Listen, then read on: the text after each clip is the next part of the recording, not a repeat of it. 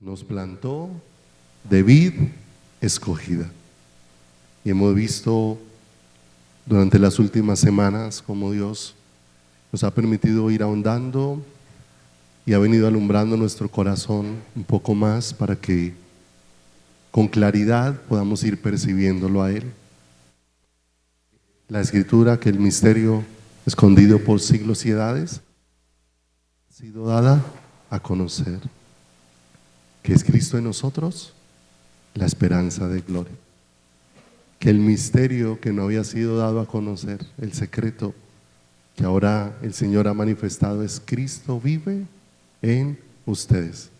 De manera que todo lo que Dios diseñó, lo diseñó en la vida de su Hijo, y que todo lo que está fuera de la vida de Cristo está fuera del diseño de ¿quién? Del diseño de Dios. Por eso lo que estamos buscando no es hacer prácticas correctas, porque la iglesia no es una práctica. La iglesia es la manifestación de una vida, es el cuerpo de Cristo. Es una vida donde hemos sido ¿qué? Puestos y colocados, donde dice la Escritura que en esta vida nueva que nos ha sido dado, no importa si somos griegos, no importa si somos judíos, si se es gentil, si se es circuncidado o incircunciso, si se es culto civilizado, esclavo libre, Cristo es lo único que importa y Él vive en todos nosotros. Ahora somos portadores de su vida si hemos nacido de lo alto, si hemos nacido por el poder de Dios. Aquello que el Señor en aquella charla con un hombre que parecía haber avanzado mucho y se encontró con una realidad: Nicodemo, os es necesario nacer de nuevo, como traduce la Reina Valera en su original, nacer de lo alto, nacer de la vida de Dios, nacer por el poder maravilloso de Dios, donde Dios ha venido dándonos luz para entender dónde está el velo, dónde está lo que no nos deja ver, dónde está lo que no nos deja contemplar la realidad de Dios. Y la Escritura nos deja ver que el velo está en la carne, ¿cierto? En esa naturaleza caída del ser humano. Y por eso esta vieja naturaleza necesita ser sacrificada. ¿Y dónde Dios proveyó eso? Porque es algo que el hombre no puede hacer por su fuerza, por su poder humano o por su capacidad. Dios nos proveyó en la obra que su Hijo hizo en la cruz del Calvario, nos proveyó el poder y nos proveyó en Él la gracia para que esta carne pueda ser sacrificada por medio de Cristo, que es el que quita el velo. En su carne fue donde se rompió el velo. Él murió por nosotros para liberar toda la condena que venía sobre nosotros por los pecados, pero en su muerte hizo posible que yo pueda morir al pecado. En su muerte hizo posible que yo pueda morir a esa naturaleza que me gobernaba cuando estaba separado, ajeno de la vida de Dios. Cuando el velo permanecía en el tabernáculo, el velo no dejaba ver, pero el velo también recordaba que no había acceso. De manera que por eso el Señor tuvo que en Él llevarnos a nosotros, para que en Él no solamente Él muriera en nuestro lugar, sino para que en Él nosotros también muriésemos a nosotros mismos, muriésemos a ese velo que no tiene acceso y a ese velo que en el que no se puede ver, que es nuestra carne. ¿Y dónde hizo posible eso? Él, en la cruz del Calvario. El hombre era incapaz de morir a sí mismo y sigue siendo incapaz.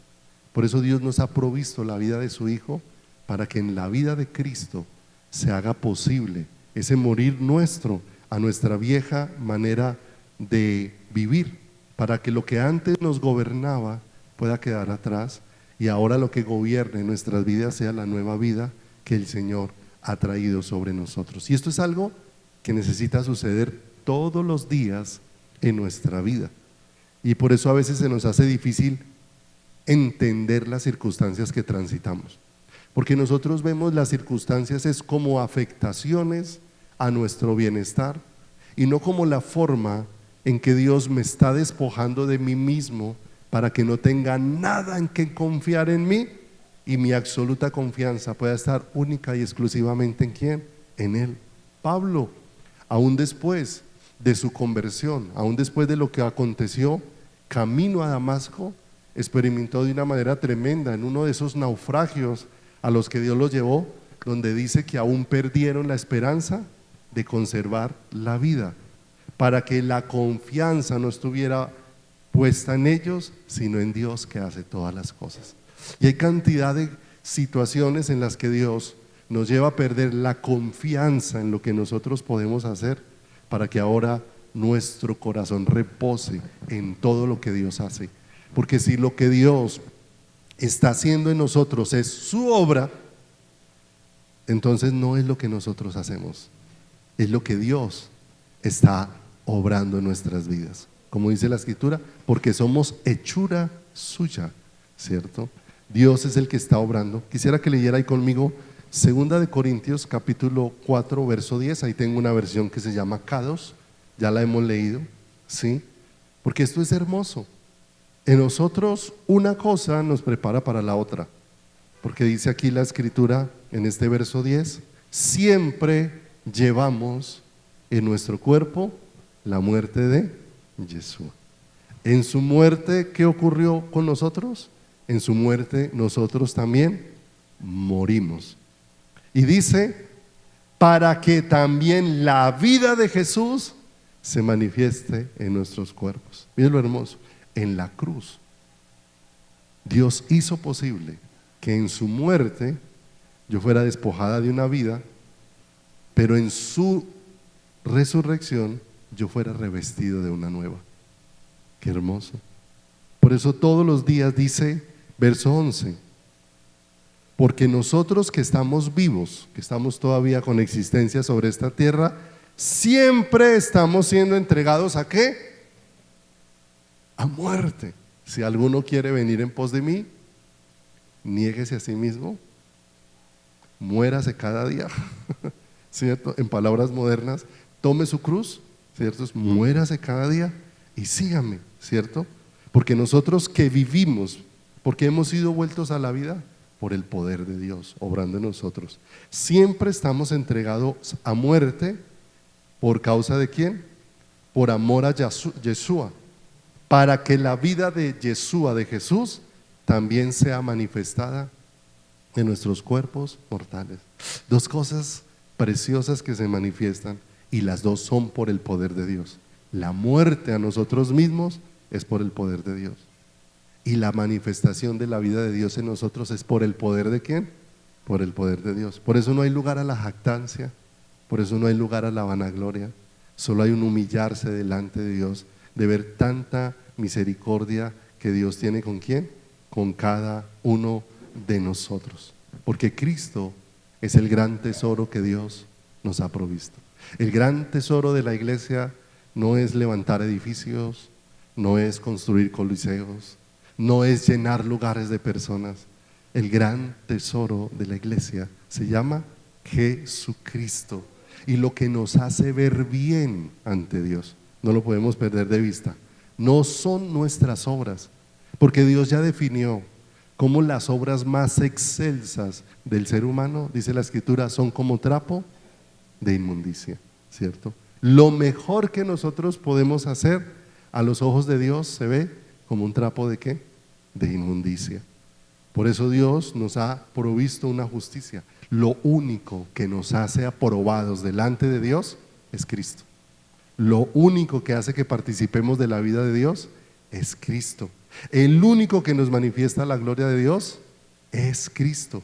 Y todo lo que Dios nos ha prometido es Cristo, porque en Él y solo en Él es donde está la realidad de Dios para cada uno de nosotros.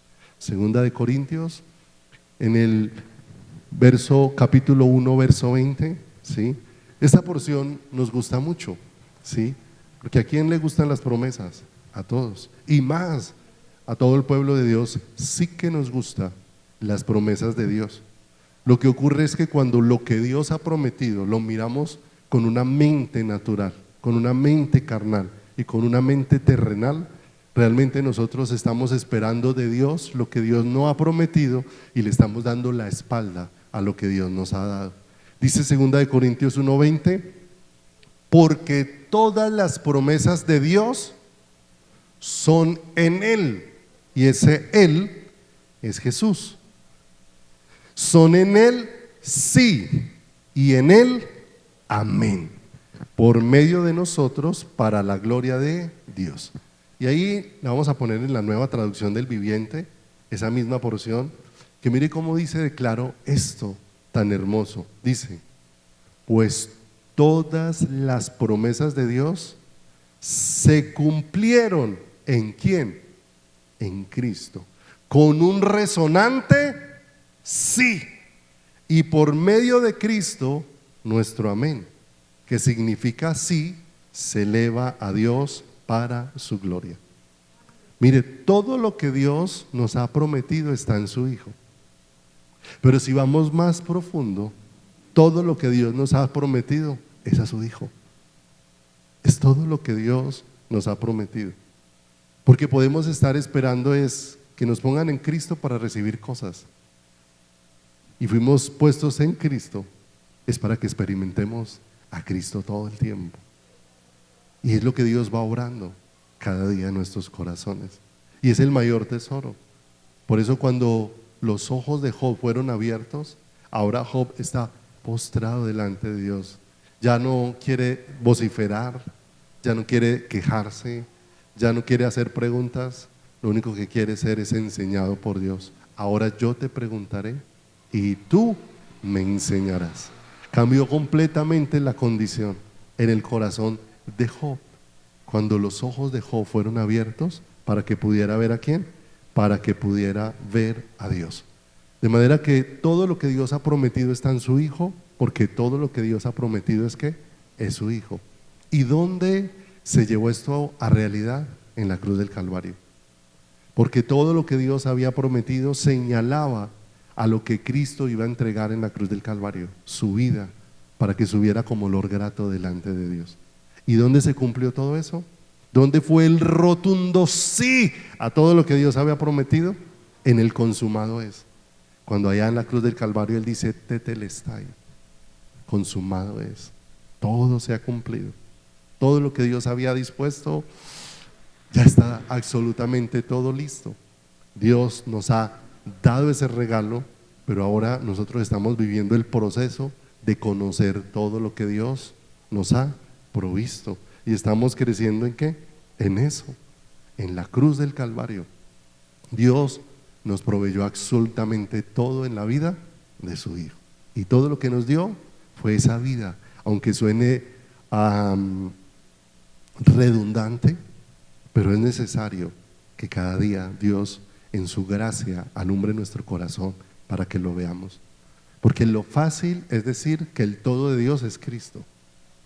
Ahora lo que necesitamos es un proceso donde Dios instale en eso en nuestro corazón, donde Dios lo haga visible en cada una de quién, en cada una de nuestras vidas. Y nos damos cuenta que Dios nos ha hecho un gran beneficio. Y aunque nosotros decimos no somos merecedores de ello, muchas veces estamos demandando mucho ¿a quién? Al Señor, porque no entendemos que no hemos sido merecedores, sino más bien hemos sido rescatados. La Biblia dice en Deuteronomio 7:7, si me acompañan allí, Deuteronomio capítulo número 7, que recuerda cuál es la condición del hombre. Ninguno de los que estamos aquí porque merezcamos algo bueno, ¿sí? Si nosotros escudriñamos las Escrituras una y otra vez, la Escritura nos deja ver que si Dios nos diera lo que mereciéramos, ¿sí? Si tú sigues esperando lo que mereces, realmente la conclusión es que lo único que el ser humano merece es el infierno. Eso es lo único, si es por méritos, ¿cierto? De manera que para eso sí hemos hecho méritos, pero para la gracia que ha venido sobre nuestras vidas no hemos hecho méritos. Y allí en Deuteronomio 7:7 dice la Escritura: no por ser vosotros más que todos los pueblos os ha querido Jehová y os ha escogido, pues vosotros erais el más insignificante de todos los pueblos, sino por cuanto Jehová os amó y quiso guardar el juramento que juró a vuestros padres, os ha sacado Jehová con mano poderosa y os ha rescatado de servidumbre de la mano de Faraón, rey de Egipto. Y el Señor, finalizando todo el recorrido, que es donde se escribe el libro de Deuteronomio, les está recordando todo lo que ha hecho, y que todo lo que ha hecho para favorecerlos a ellos no nació por ellos, nació fue del corazón de Dios. Como dice Ezequiel, no lo hago por vosotros, sino por amor de ¿quién? Por amor de mi nombre. ¿Qué decidió Dios manifestarle a un pueblo que había sido necio, rebelde, duro de servicio, obstinado de corazón? Decidió por amor de su nombre hacerle bien, librándole de la condición en la que ese hombre se encontraba. Y eso que veíamos en Israel es lo que acontece a cada uno de nosotros. Lo que pasa es que a veces nosotros miramos todo muy de manera externa, lo miramos muy hacia afuera. La mayor parte del tiempo nosotros miramos los enemigos de nuestro corazón como externos, como que los enemigos son los de afuera, ¿sí? Pero aquí, finalizando, el versículo número 8 dice: y os ha rescatado de servidumbre. Y ahí en el original utiliza una palabra, la palabra padab, ¿sí? Ahí se la van a poner con su significado. Esa palabra padab significa provocar la libertad o la liberación de una persona de la esclavitud, ¿cierto? De manera que lo que Dios estaba obrando cuando sacó a Israel de Egipto, está obrando de una manera especial, sacarlo a libertad, provocar una ¿qué? Una liberación de una manera especial. Pero el rescate, como dice ahí la escritura, no sucede por algo que hubiera hecho Israel para merecerse el favor, no por un valor propio de Israel, sino por el amor de Dios mismo, de rescatarnos a cada uno de nosotros de nuestra vana manera de ¿qué? Manera de vivir. Y ese amor es maravilloso. Y nosotros leemos la historia de Faraón, pero la historia de Faraón, cuando Dios empieza a revelar el corazón, es tan especial, porque casi siempre, les decía hace un momento, nosotros miramos los enemigos como externos. Y entonces miramos cómo el Faraón, allí frente al llamado de Dios, se endureció, y su respuesta fue: yo no conozco a Dios, y si no lo conozco, ¿por qué he de qué? ¿Por qué he de obedecerle? ¿Sí? Pero yo creo que en la figura del Faraón, Dios estaba haciendo evidente en todo su comportamiento, en todo su actuar, en todo el actuar del Faraón, que en él viéramos un espejo de cómo somos nosotros. Porque es fácil ver el endurecimiento de otro, y es fácil ver cómo otro resiste a Dios, y ver cómo otro solo se interesa en las cosas que le convienen respecto a Dios, porque a veces no queremos sino como que Dios nos dé, pero no deseamos que Dios nos demande. Queremos tener las manos siempre abiertas para recibir, pero nunca queremos tenerlas dispuestas para dar o para entregar.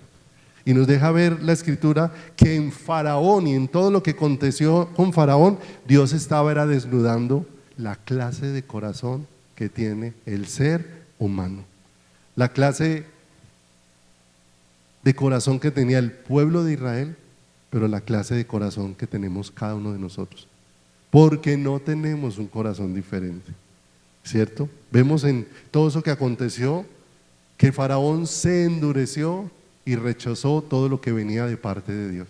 Y esa es la condición humana. La condición humana, si no es llevada a la cruz, el ser humano siempre está rechazando lo dispuesto por ¿quién? Lo dispuesto por Dios. Ahora, ¿cuándo el ser humano lo quiere abrazar?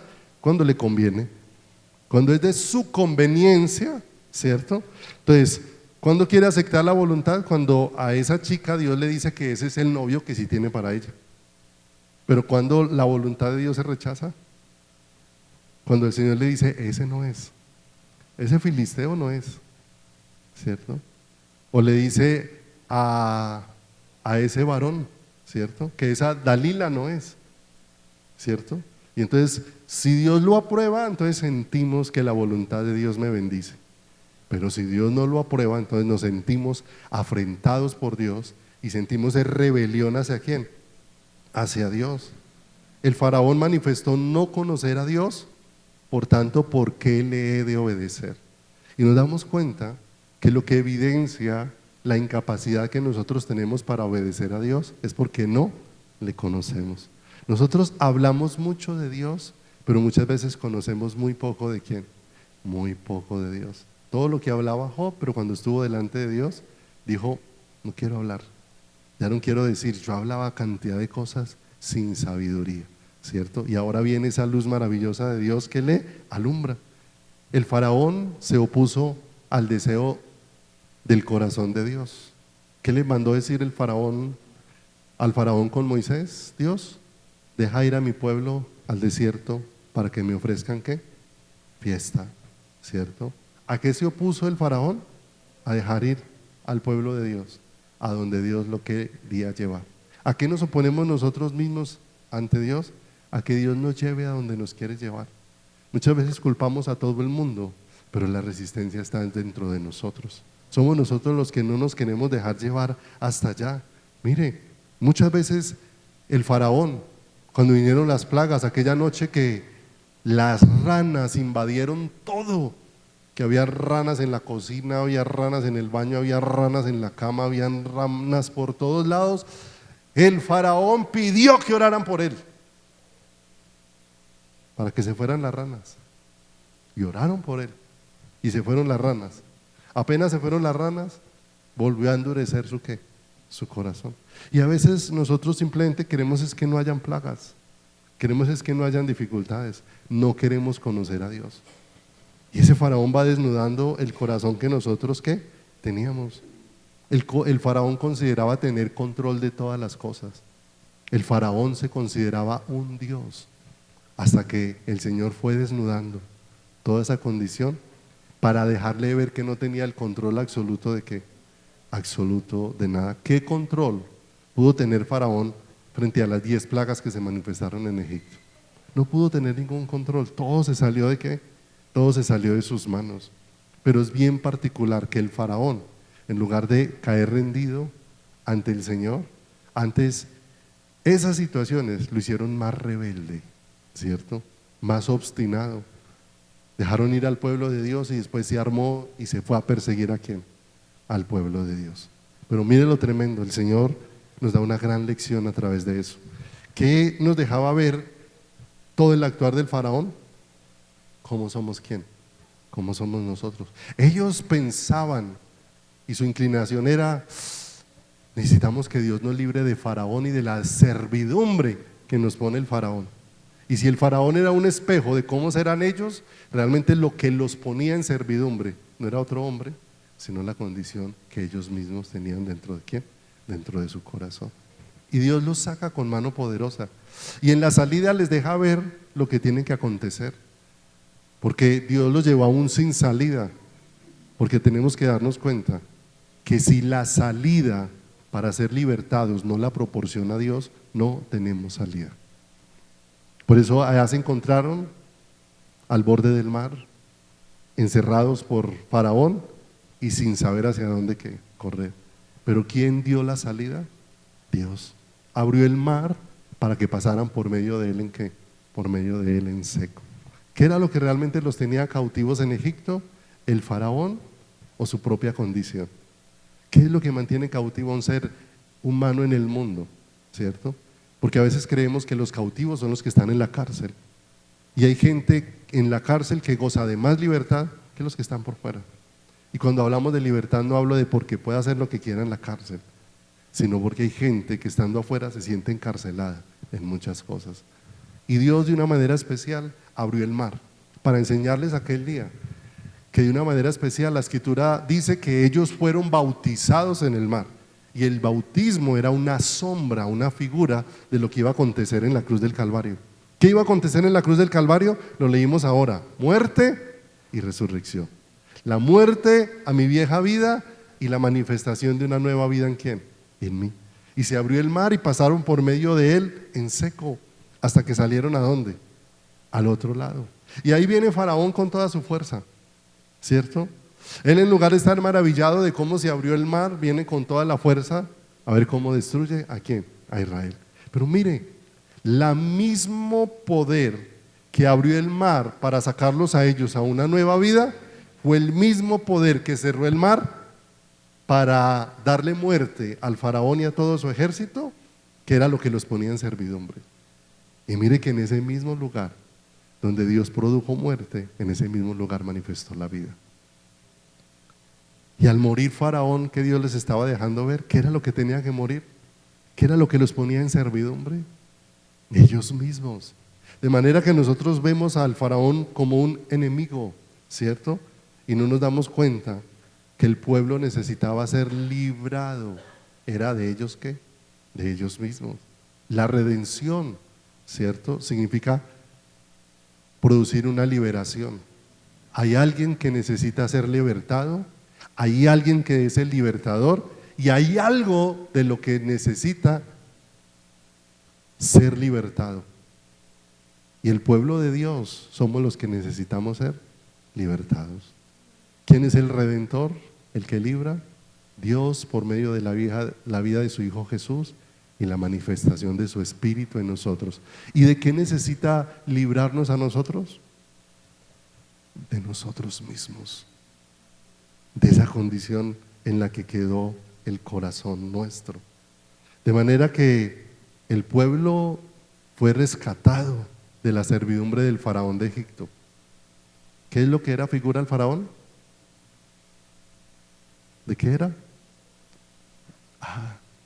De cómo soy yo, ¿sí o no? De mi yo. De manera que Dios, ¿de quién los iba a librar? De ellos mismos. Miren lo tremendo de esto. El hombre en esclavitud quiere esclavizar al otro hombre, ¿cierto? Está esclavizado. Miren lo tremendo. Cada vez que una persona en medio de sus maldades, ¿sí? Está esclavizado de sus maldades, pero en las cosas que está esclavizado, ¿quiere esclavizar a quién? A otros. Hay gente que en la maldad de su corazón está esclavizado vendiendo estupefacientes, pero en eso que está esclavizado quiere esclavizar a otros, haciéndoles dependiente de eso que les vende. Personas esclavizadas de la sexualidad, pero en eso, ¿cierto? Hacen esclavos ¿a quién? A otros, ¿sí o no? Los que hacen pornografía creen que son libres, pero están esclavos de la laxivia, están esclavos de la perversión, ¿cierto? Pero esos, siendo esclavo, vendiendo lo que hacen, esclavizan ¿a quién? Esclavizan a otros. La maldad del hombre esclaviza a los demás, pero no hay nada que esclavice más al hombre que la misma condición que el hombre tiene. Y aunque eso nos parece tremendo, ayer o antier daban una noticia, cómo la maldad del hombre sigue creciendo, creciendo, creciendo, y no está lejos de lo que nosotros vivimos a diario. Porque era cómo secuestraron, no sé, a un niño, no sé si era un niño o una niña, no recuerdo, como de 6 años o algo, 4 años. La secuestraron para violarla y la abusaron, o el niño lo abusaron. Eso creo que fue como en Cali o algo así. Y qué tremendo la maldad. Esa persona esclava de lo que está gobernando su corazón y en eso queriendo esclavizar ¿a quién? A otros. Pero la mayor esclavitud que el hombre tiene es la de sí mismo. Y para eso Dios nos dio todo en la vida de su Hijo, para librarnos de esa ¿qué? De esa esclavitud y rescatarnos de ello. Colosenses 1:13, acompáñenme allí, Colosenses 1:13. Todo esto es importante para ahorita que miremos por qué Dios en su fidelidad nos plantó de vida escogida. Dice Colosenses 1:13, el cual nos ha librado de la potestad de las tinieblas y trasladado al reino de su amado Hijo. O sea, nos sacó de nosotros y nos llevó donde gobierna Dios. ¿Dónde gobierna Dios? En la vida de su Hijo. Nos sacó de nosotros para llevarnos al gobierno de Él, en quien tenemos redención por su sangre y perdón de ¿qué? Y perdón de pecados.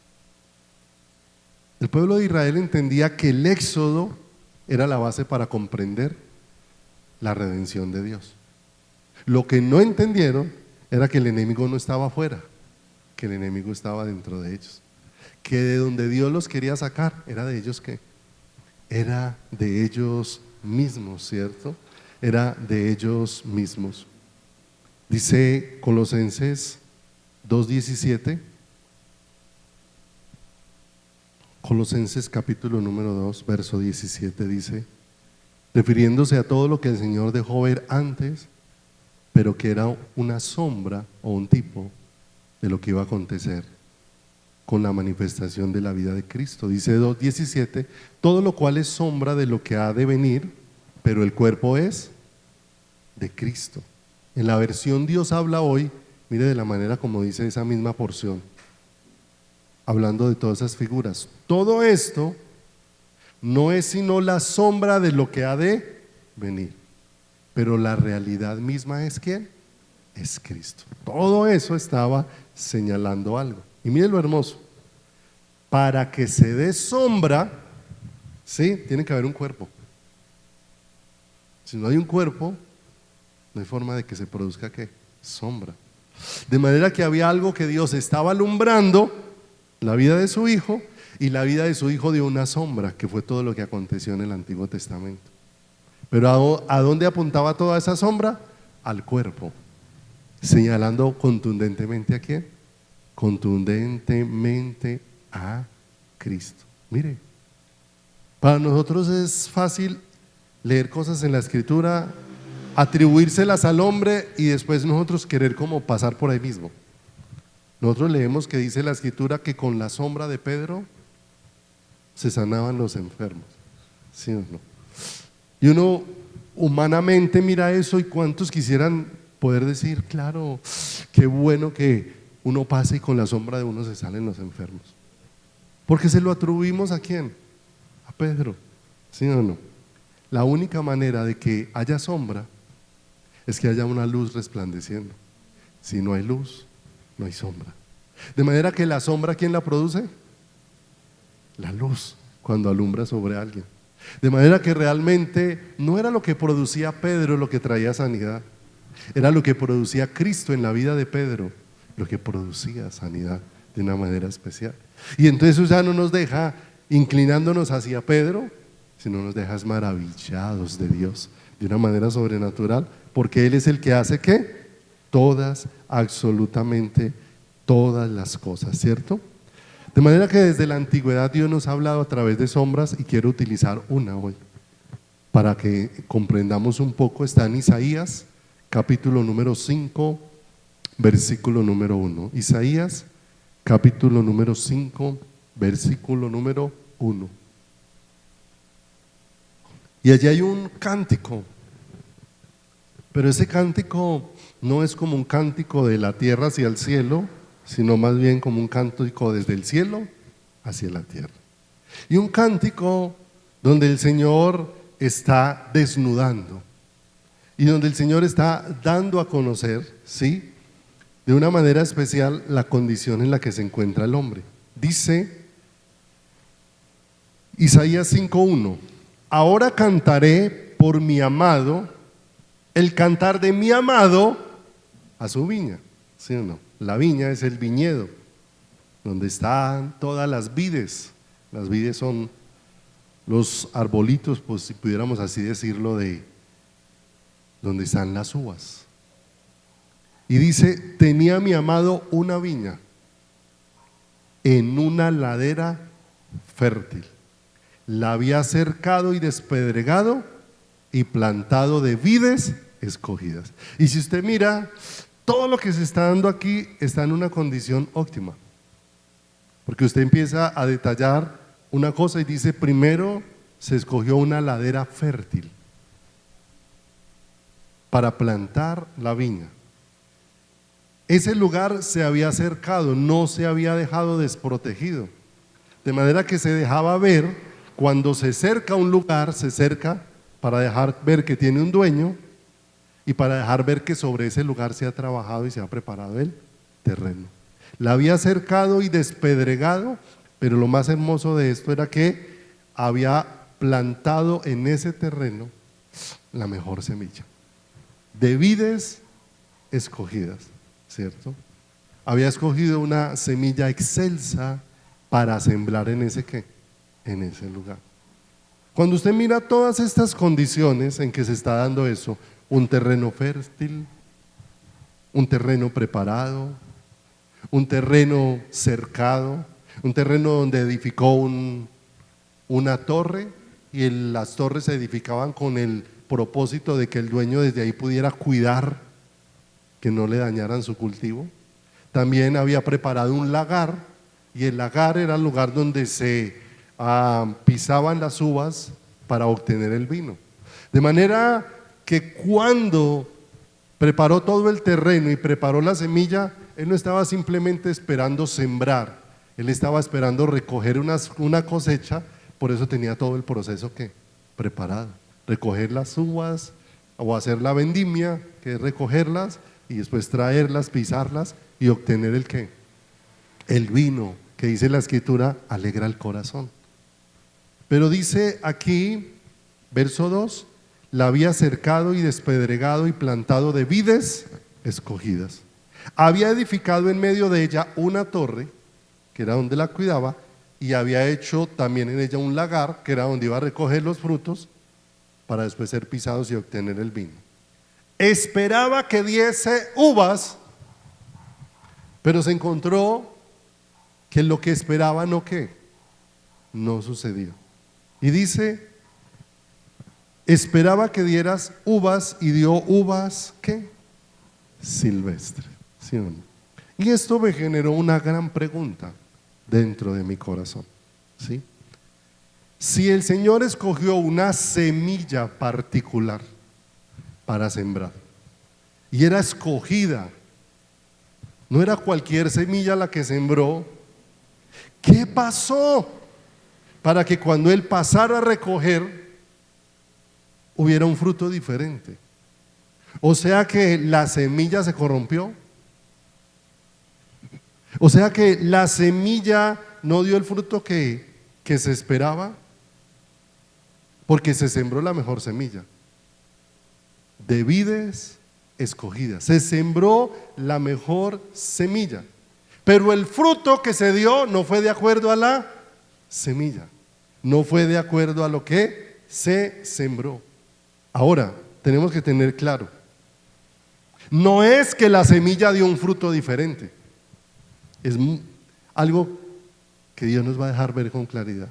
No es que la semilla dio un fruto diferente, porque si era de vid escogida, los frutos de esa semilla tenían que ser extraordinarios. Y los frutos que nacieron no fueron esos. Dice Génesis 1:11 al 13. Miremos algunos principios establecidos por Dios, porque todos los principios establecidos por Dios es para hablarnos de la condición del hombre y de la necesidad de un Salvador. Dice Génesis 1:11, Dios dijo: produzca la tierra hierba verde, hierba que dé semilla, árbol de fruto que dé fruto según su género, que su semilla esté en él sobre la tierra. Y fue así. Verso 12, escuche por favor. Produjo pues la tierra hierba verde, hierba que da semilla según su naturaleza. Las vides escogidas dan frutos dulces, de manera que el fruto que está dando lo que creció allá no está conforme a la naturaleza de la vid que se sembró. O sea que ese fruto o eso que se sembró no germinó y creció.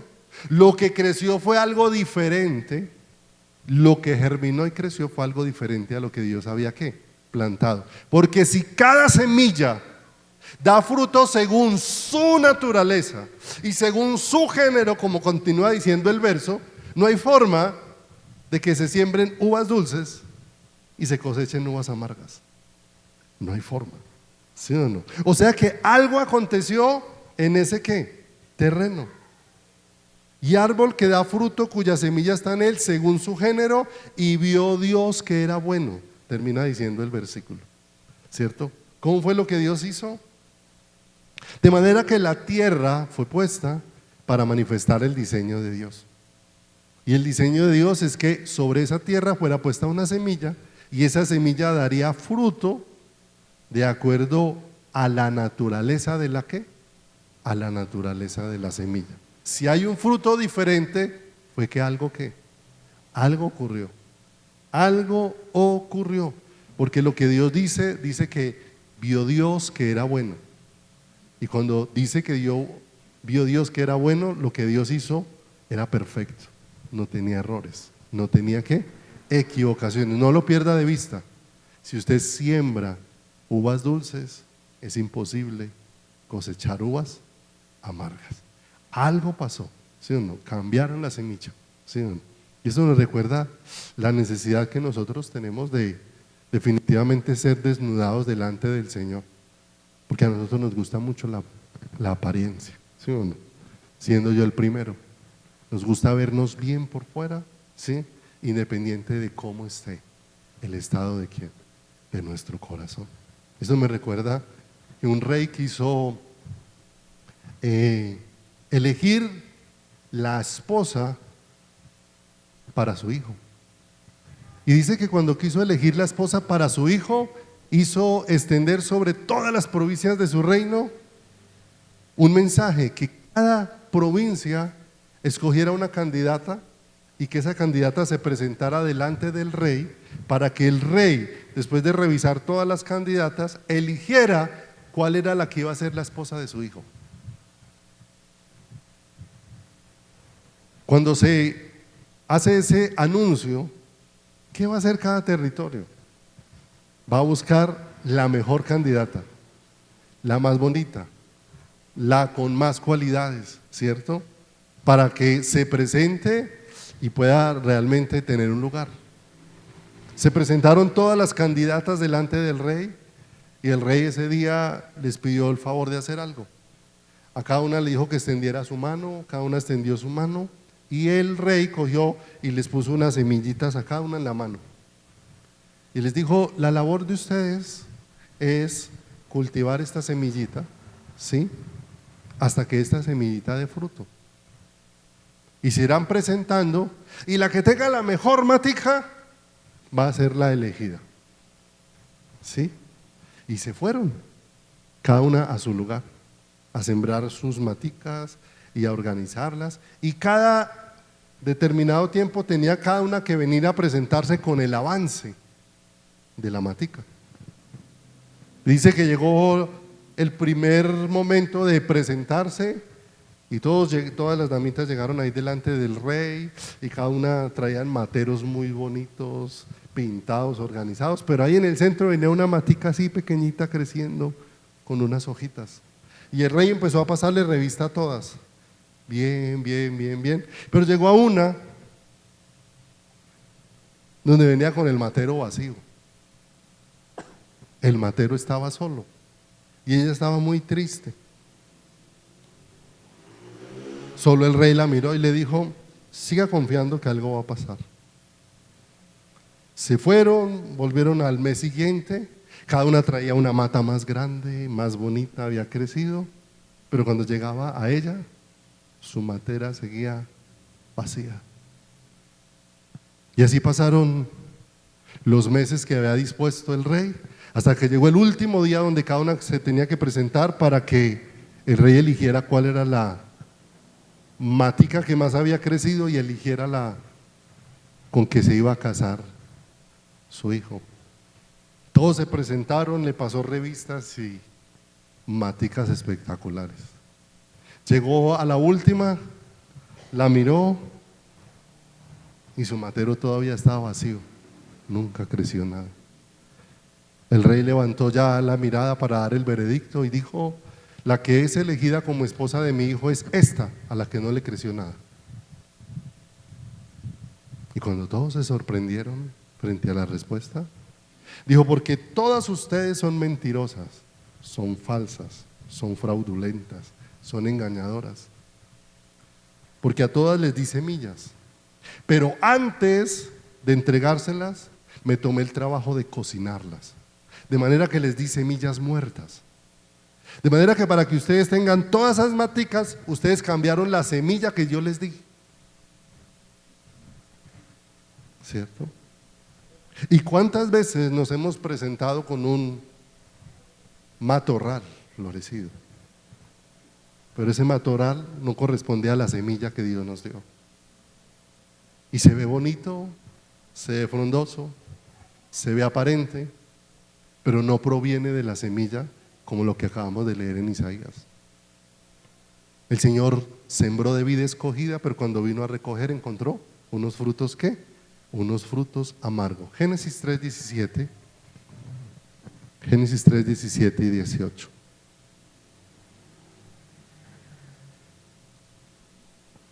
Dice la escritura: cuando el hombre pecó y juntamente Adán y Eva comieron del árbol que el Señor les dijo: el día que de este árbol coman ciertamente morirán.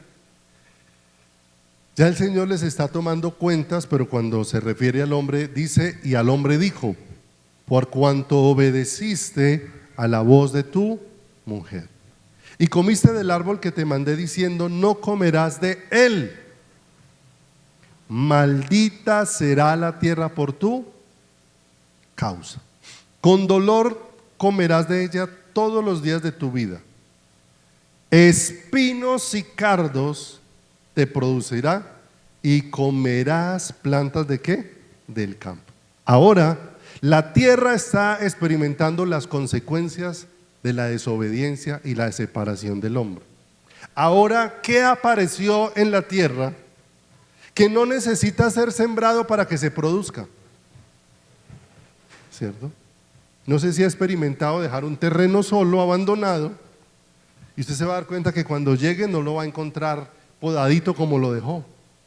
Cuando llegue lo va a encontrar lleno de plantas. Pero todas esas plantas que crecieron son conocidas como maleza, ¿cierto? Que no necesitan ser sembradas. Crecen como de manera ¿qué? Silvestre. Las vides escogidas necesitan ser sembradas. Las uvas silvestres brotan de la maleza que hay en ¿dónde? En la tierra. Entonces, en esa viña del Señor, ¿qué fue lo que no germinó y brotó? La semilla que Dios plantó. Pero ¿qué fue lo que sí germinó y creció? Los espinos y los cardos que estaban en ese ¿qué? En ese terreno. Y dentro de los espinos y cardos, por aquí pudiéramos conocer algo parecido, ¿sí? O por lo menos cuando yo era niño y uno se metía por allá a esos potreros, entonces uno iba y cogía unas moritas, ¿sí? Pero eran feas, ¿sí o no? Se comía una o dos y ya, porque eran chiquitas, verdosas, amargas, ¿cierto? Y eso lo llamaban zarzamora, ¿cierto? Y todo lo que viene de zarza es una enredadera que crece, ¿cierto? Pero eso es maleza. Eso realmente no coge uno las mejores semillas para sembrarlas y multiplicarlas. Uno lo que está esperando es podarlas y ¿qué?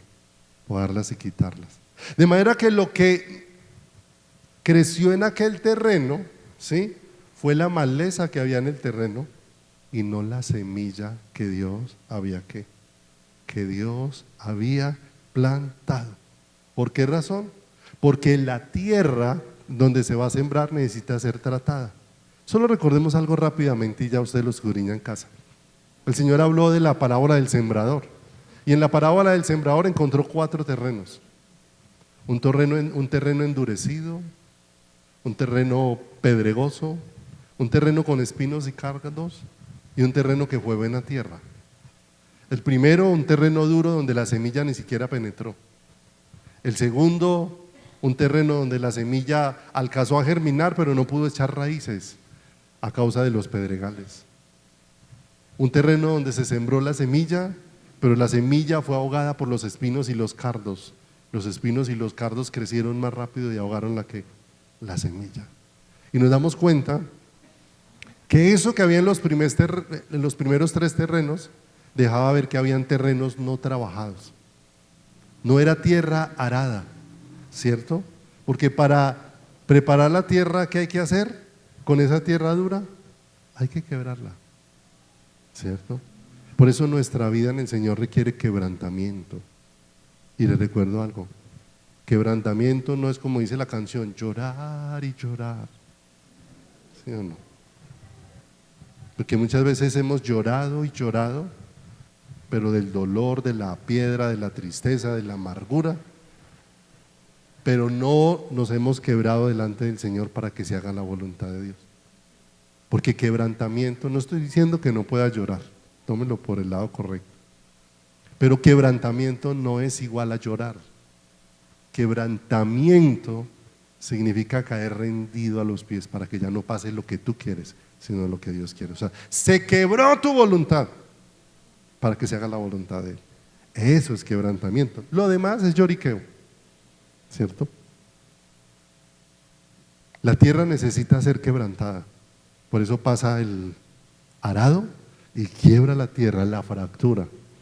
Y cuando la fractura abre espacio para que la semilla ya no quede encima, sino que penetre, ¿sí o no?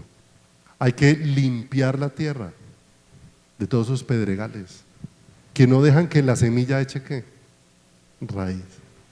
Y la otra que hay que hacer en el terreno es que hay que podar toda la maleza, ¿sí o no? Ahora, la poda de la maleza es algo que hay que hacer de manera permanente, ¿sí o no? Porque usted no podó para sembrar, sino que frecuentemente tiene que estar pasando a podar, a podar, a podar, para que los espinos y los cardos no ganen ventaja frente a la semilla que se está ¿qué? Sembrando. Por eso tomar la cruz es algo permanente, donde todos los días tenemos que ir a morir a la maleza que sale de nuestro corazón, ¿sí? Para que eso no ahogue la vida de Dios quiere manifestar en nuestras vidas. La buena tierra, sí, es una tierra donde se quebró, se quitó el pedregal, se podaron los espinos y los cardos, ¿sí? Pero aquí hay algo esencial que no pierda de vista. Y le animo para que lo medite mucho en su corazón. La tierra por sí sola no da fruto. Si usted coge una semilla y la siembra en la tierra, la que da fruto es la semilla, no la tierra. ¿Sí es claro? Cuando coges una semilla y la siembras en la tierra, la que da fruto no es la tierra, la que da fruto es la semilla, ¿cierto? En esa parábola del sembrador, el Señor dijo que el terreno somos nosotros y que la semilla es el Hijo de Dios. De manera que el que da fruto no soy yo. Si yo doy fruto, doy uvas agrias y amargas, ¿cierto? Pero si el que da fruto es Cristo, todo el fruto de Cristo es dulce. Ahora, cuando hablamos dulce, muchas veces lo que es dulce para Dios es amargo para los hombres, ¿cierto? ¿Qué estaba haciendo Cristo yendo a la cruz del Calvario? ¿Sí? Renunció a su voluntad y se sometió completamente al deseo del corazón ¿de quién? De Dios. Fue despreciado, fue vituperado. Por ahí Isaías dice que le tuvimos como azotado de Dios y herido, pero Él estaba soportando todo el castigo por nuestras ¿qué? Por nuestras rebeliones, ¿cierto? Ahora, ese Cristo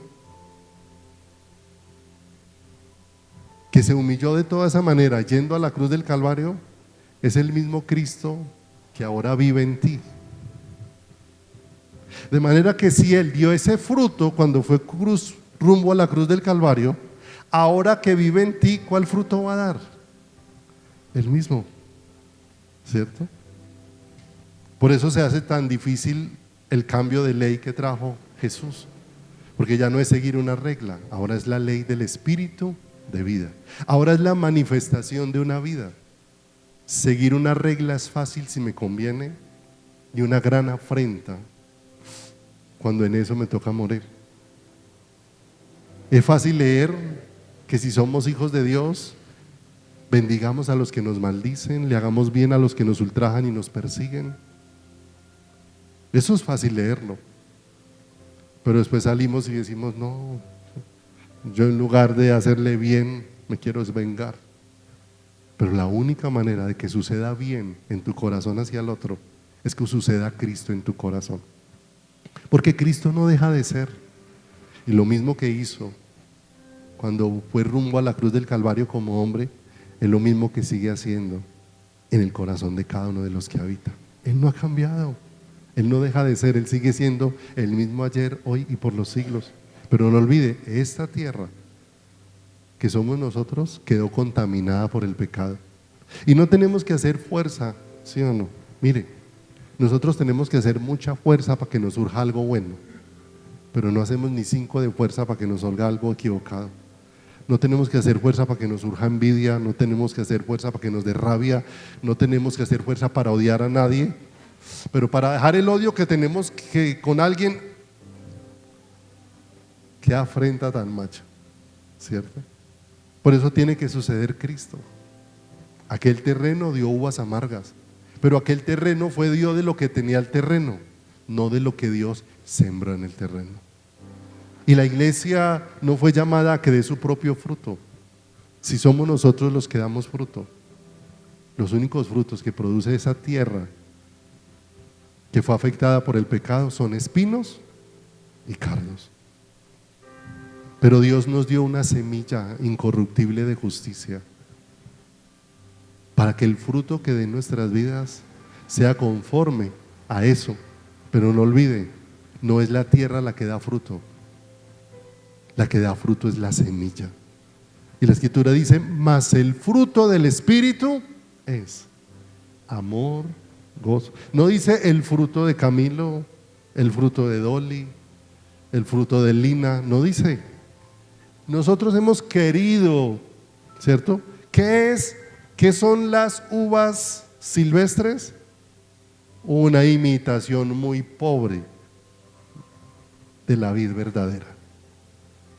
Jesús dijo, yo soy la vid verdadera y mi Padre es el labrador. De manera que la uva silvestre es una imitación muy pobre de la vida original. Y a veces cuando nosotros damos fruto, lo que queremos ser es una imitación muy pobre de Cristo. Porque solo es imitación, no es realidad de quién, no es realidad de Cristo. Por eso de una manera especial, ahora el Señor en Juan 15 dice que nosotros hemos sido puestos en Él, que es la vid verdadera. Y que Él todos los días nos está podando para que llevemos más que más fruto. Cada semilla da fruto según su naturaleza, leímos en Génesis. Si la semilla que fue sembrada en nosotros es la vida de Cristo, la única manera de que tú y yo llevemos frutos es que se manifieste Cristo en nosotros. No hay otra manera, ¿sí o no? De manera que fruto no es ser buena gente. Hay cristianos buena gente, pero sin fruto. ¿Sí? Hay cristianos buenas personas. Ser cristiano no se trata de ser buena persona. Ser cristiano se trata de que Cristo sea en mí. No se trata de lo que tú puedes. Somos buenas personas hasta que nos prueban. ¿Sí o no? Una mañana como hoy, termino ahora sí con esto y nos vamos preparando que vamos a celebrar la cena en esta mañana. Una mañana como hoy estamos aquí reunidos y se nos exponen las Escrituras. Y cuando se nos exponen las Escrituras, se nos está contando todo lo que Dios es y todo lo que Dios planeó para quién, para nosotros. Pero ¿dónde vamos a comprobar nosotros que eso que se nos dijo de Dios es real? No lo comprobamos ahí sentados, oyendo y tomando apuntes. Lo comprobamos mañana en la mañana cuando nos levantemos y aparece la vida diaria. Y en esa vida diaria, yo les ponía un ejemplo esta semana a los hermanos y les decía, yo puedo narrarle a alguien, mire, Camilo es buena gente, Camilo es responsable, Camilo es ayudador, Camilo es servicial, y ya la gente se hizo una imagen con lo que estoy diciendo de Camilo. Pero para esa persona entrar en esa realidad Entonces dice, me voy a ir a vivir un día con Camilo. Y tal vez si a uno le echan muchas flores de un hombre y se va a vivir con él, va a salir decepcionado porque tal vez lo que le dijeron no concuerda con lo que esa persona que es. Pero lo único que le puedo decir es que aunque el hombre te pueda defraudar en lo que te hayan dicho del hombre, mis amados, en lo que se nos ha dicho de Dios, jamás seremos defraudados. Porque es más,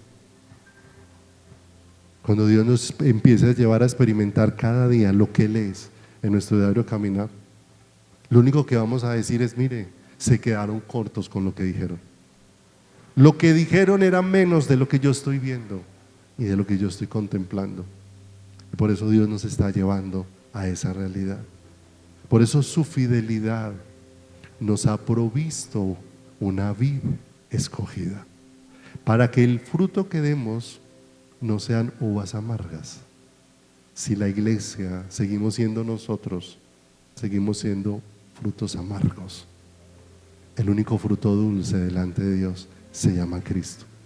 Por eso su fidelidad nos plantó de una vid escogida. ¿Cuál es esa vid escogida? Cristo. Y el único fruto que Dios quiere manifestar en nosotros. ¿Qué tal si inclina su rostro ahí donde está, Padre? Aquí estamos en esta mañana muy agradecidos, Dios, porque nos permites meditar un poco más acerca de tu palabra, de tu gran bondad, de tu fidelidad incomparable, bendito Dios de los cielos, Señor amado, para que nosotros podamos contemplarte y podamos tener esa luz maravillosa, Señor, que revela tu palabra y que tú la estás trayendo por tu Espíritu a nuestro corazón. Porque un día, Señor, no muy lejano, estaremos junto a la multitud de millares de ángeles, gente de toda lengua, tribu y nación, Señor, contemplando al que está sentado en el trono y al Cordero, y levantando una voz: la salvación pertenece a nuestro Dios y al Cordero que fue inmolado en la cruz del Calvario. Señor amado, la vid, la semilla que fue sembrada, para que Él sea el que produzca los frutos de Dios sembrado en esta tierra, Señor amado.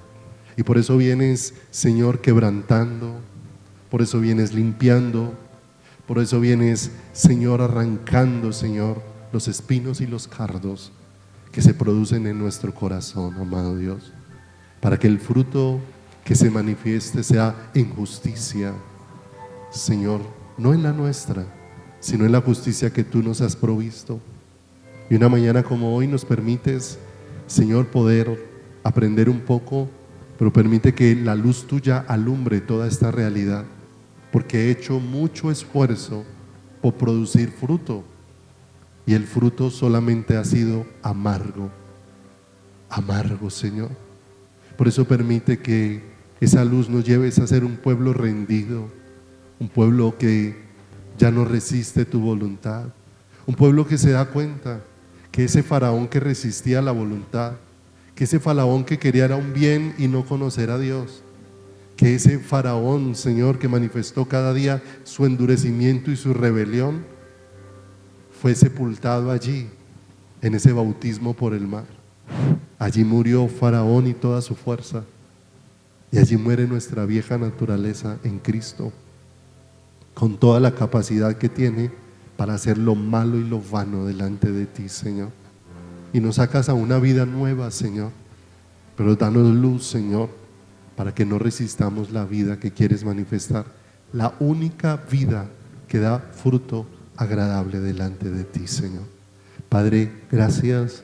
Queremos bendecir esta mañana este tiempo, darte gracias, Señor eterno, porque en lo que ocurrió en la cruz del Calvario, Señor amado, en esa sangre que fue derramada, en esa entrega, Señor, que hiciste, Señor, en ese de tal manera amó Dios al mundo, que dio la vida de su Hijo, para que todo aquel que en Él cree no se pierda, mas tenga vida eterna. Como cordero fue llevado al matadero, no abrió su boca, enmudeció. Señor amado, por favor permite que toda esa luz alumbre nuestro corazón, Señor, Tenemos la información, pero la luz solamente tú la puedes traer a cada una de nuestras vidas.